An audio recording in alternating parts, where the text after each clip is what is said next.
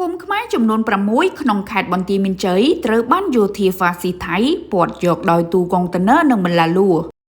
យោធាចៅហ្វាស៊ីថៃបានដាក់ទូកុងតឺន័ររីបន្លាលួសចូលជ្រៅមកក្នុងទឹកដីនៃព្រះរាជាណាចក្រកម្ពុជា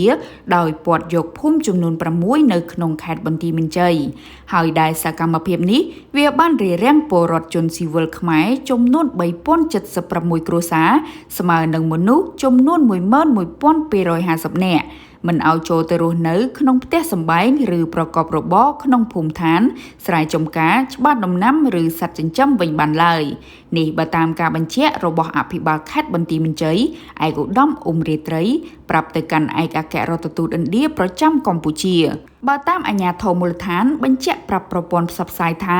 ភូមិទាំង6នោះគឺ2ភូមិស្ថិតក្នុងឃុំអូ3ជាន់មានដូចជាភូមិជោគជ័យនិងភូមិព្រៃច័ន្ទក្នុងភូមិសាស្ត្រស្រុកអូជ្រៅនិងតំបន់បឹងត្រកួនមាន4ភូមិដូចជា